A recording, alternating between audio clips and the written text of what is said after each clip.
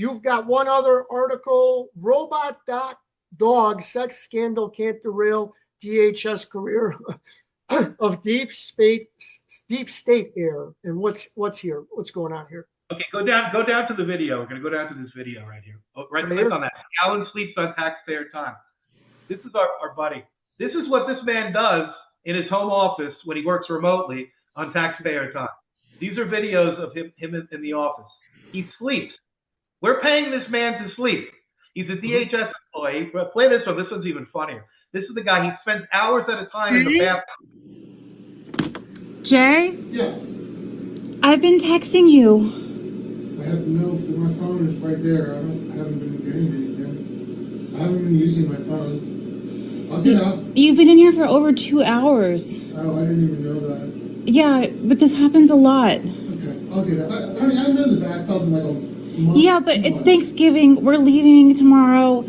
I mean, please, can you please not bitch and close the door? No, I don't want to bitch, but seriously. Okay, fine. It's 10:30. Oh. We have people down. Luca's downstairs.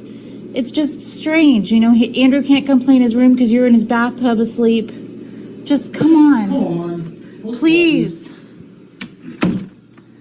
basically sleeps in the bathtub, sleeps on the floor. This is what he does, and we're paying for this. We're paying for this with government money. Now, the problem we have here is that this judge is Veronica Sanchez. She's the D.C. judge, and she has ignored the science. Okay, she's ignored the science that Dr. Gregory Hibskin, who is a top, PhD, NMD about brain health and neurology and all that. And he does the SPECT scans. He reads SPECT scans. This man is the Michael Jordan of SPECT scans with the Daubert standard. We're getting him into the courts. So he's 172-0. And he is basically, he says these children are at risk. He sent the evidence to the court. He said, let me come and present my findings to the court. Let me do this. Let me do that. The court is ignoring it wholesale. And the reason I believe, and the evidence is showing, is that the family that we're talking about here, the Scallon family, has big connections to D.C. They're D.C. movers and shakers. They have a home, almost like a Montebello type home that Roosevelt had Montebello on the Canadian border. They have a Canadian border home up by Sault Ste. Marie. They have another home right here that we saw in Beaufort, South Carolina, in coastal Carolina. They have big galas, deep state type galas. These wealthy people come down there, and they are the members of the Chevy Chase Country Club. The Chevy Chase Country Club is, if you are a mover and shaker in D.C., you are a member of the Chevy Chase Country Club. So to say that there's no connection between the myopic, and I'll say that very nicely, Judge Veronica Sanchez, and her the desire not to allow the medical evidence into this courtroom in order to side with the father, who is, he's the one who, before we've talked about it, he advocated for sex with robot dogs and not bestiality because they're robots and not animals. But he also sleeps on the job, and he's a federal government employee. And he's a real he's a ne'er-do-well. The problem is he's an heir. This guy's like another Hunter Biden without the crack on the hookers. That's really what we got over here. And yet the D.C. court, the elites are protecting their own. And so that's what this case and that's what the story is exposing. Okay, sounds like we need a task force to be formed for D.C. family courts.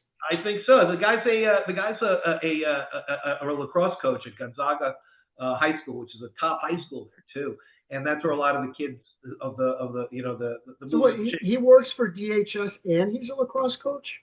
Yeah, he works for the Department of Homeland Security. I think he works remotely a lot, so he doesn't have to go in. He sleeps on the floor. He develops like robotic dogs and crazy stuff like that. And then he coaches lacrosse, on his spare time. He's never fallen asleep on the sidelines of a lacrosse game, from what we can see.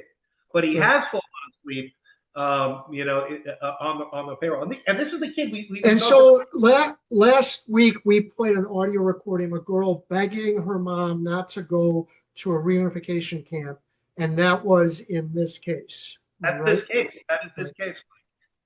This is a crazy. Crazy case that it's even gotten to this point. There's Dr. Daniel Amen and the Amen Clinic, and they do phenomenal work with the brain scan evidence.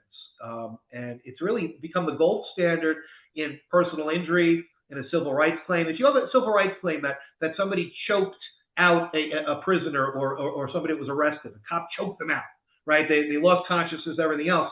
The brain scans will show brain evidence if there's permanent damage or damage at all. And that's accepted all day long in D.C., in the federal courts, in the state courts, all over the place for personal injury evidence under DALBA. That would be admissible. It wouldn't be admissible if that same cop went home and choked his kid or choked his wife in family court. That's what they're saying. That's what they're trying to say. Okay. Anything else you wanted to add? Not about this one. We have anything else on the docket? I think that's it.